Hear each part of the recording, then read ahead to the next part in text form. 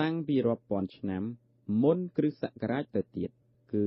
តាំងពីក្នុងកាលសម័យបុរេប្រវត្តិសាស្ត្រមកម្ល៉េះ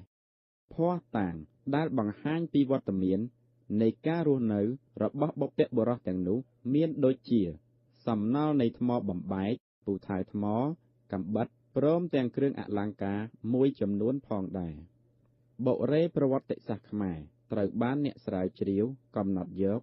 នៅព្រឹត្តិការណ៍ទាំងឡាយដែលកើតមានមុនពេលនៃការរកឃើញអក្សរខ្មែរ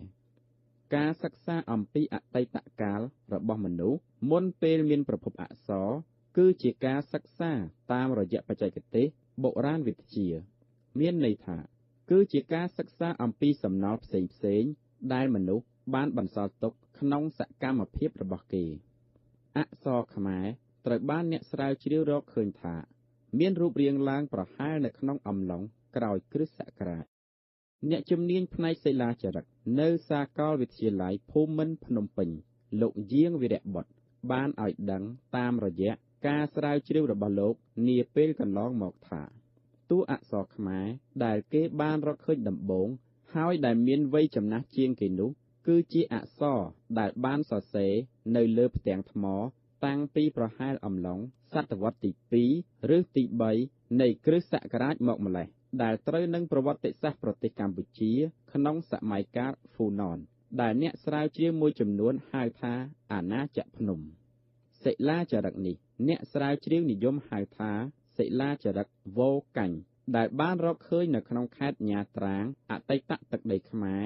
បច្ចុប្បន្នក្នុងទឹកដីវៀតណាមសិលាចារឹកខ្មែរដែលចាស់ជាងគេនៅក្នុងប្រទេសកម្ពុជានិងមានវ័យចំណាស់ជាងគេនៅក្នុងអាស៊ីអាគ្នេយ៍គឺសិលាចារឹកវ៉ូកាញ់នៅឯញ៉ាត្រាងប្រទេសវៀតណាមខាងត្បូងដែលរៀបរាប់រឿងរ៉ាវទាក់ទងនឹងប្រវត្តិសាស្ត្រកម្ពុជាយើងតាំងពីរាជរបស់ព្រះបាទព្រៃនារៈអនុប្រធានរាជបណ្ឌិតសភាកម្ពុជា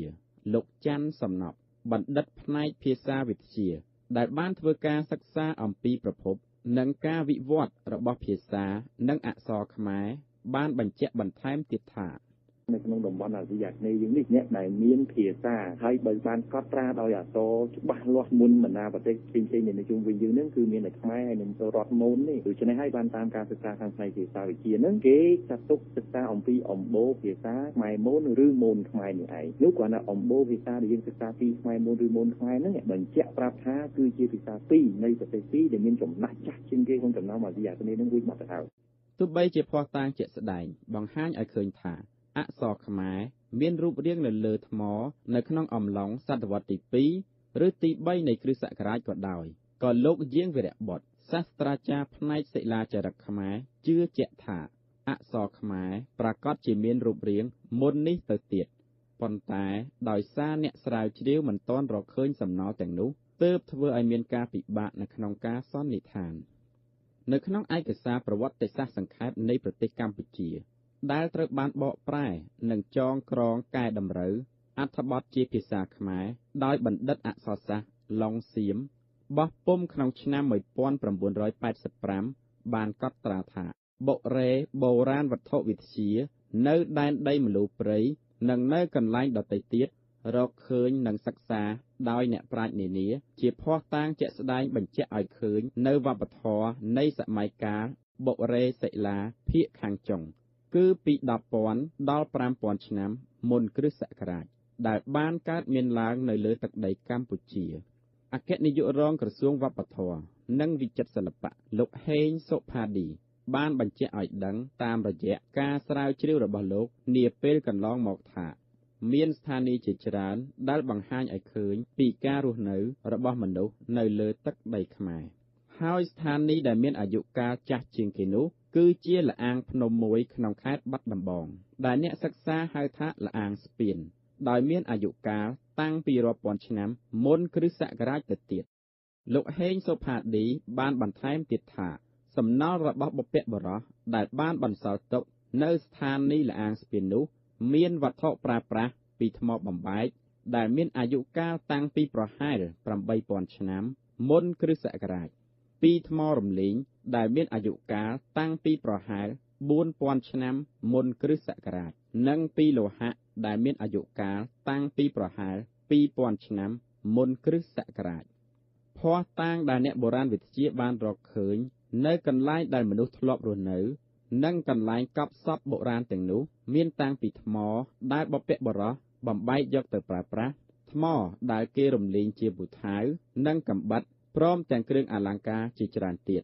ដែលសុទ្ធតែបញ្ជាក់ពីសម័យកាលដែលមនុស្សបានឆ្លងកាត់ផោះតាងដែលយើងមានគឺយកថ្មបែកហ្នឹងគឺថាមានឧបករណ៍ថ្មបែកបើយកថ្មរំលីងគឺយើងបានរកឃើញពូថៅថ្មដែលគេបំបែកឲ្យចេញជារូបរាងពូថៅគឺយកទៅខ្នោះរំលីងខាត់វាឲ្យទៅជារលោងមានមុខមុតចូលដល់យកលោហៈយើងចាប់ផ្ដើមរកឃើញឧបករណ៍ប្រើប្រាស់មានជាគ្រឿងអលង្ការធ្វើពីលោហៈហ្នឹងមានធ្វើពីសម្រាប់ពីដែកជាកងដៃជាកំបិតជាគ្រឿងឧបករណ៍ប្រើប្រាស់ប្រចាំថ្ងៃណាគ្រឿងអលង្ការឬគ្រឿងអាវុធ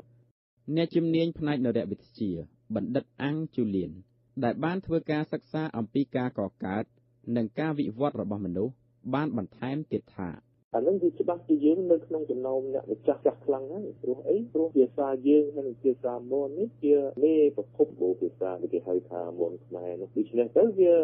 យើងដឹងថាយើងខ្ញុំមិនមែនថាយើងចាស់ជាងគេទេណាតែយើងនៅក្នុងចំណោមអ្នកម្ចាស់ខ្លាំងនៅក្នុងអាស៊ីអាគ្នេយ៍យើងនេះអគ្គនាយករងនៅក្រសួងវប្បធម៌និងវិចិត្រសិល្បៈលោកហេងសុផាឌីបានបញ្ជាក់បន្ថែមទៀតថាការរកឃើញសំណល់នៃឆ្អឹងមនុស្សនិងវត្ថុប្រើប្រាស់មួយចំនួននៅស្ថានីយ៍ល្អាងស្ពានក្នុងខេត្តបាត់ដំបងដែលមានអាយុកាលតាំងពីប្រហែល 7,000 ទៅ 8,000 ឆ្នាំមុនគ្រិស្តសករាជនោះបញ្ជាក់ឲ្យឃើញថាប្រាកដជាមានមនុស្សរស់នៅលើទឹកដីខ្មែរមុនអាយុកាលនេះទៅទៀតខ្ញុំឧត្តមប្រសើរវិទ្យុអាស៊ីសេរីពីទីក្រុងភ្នំពេញ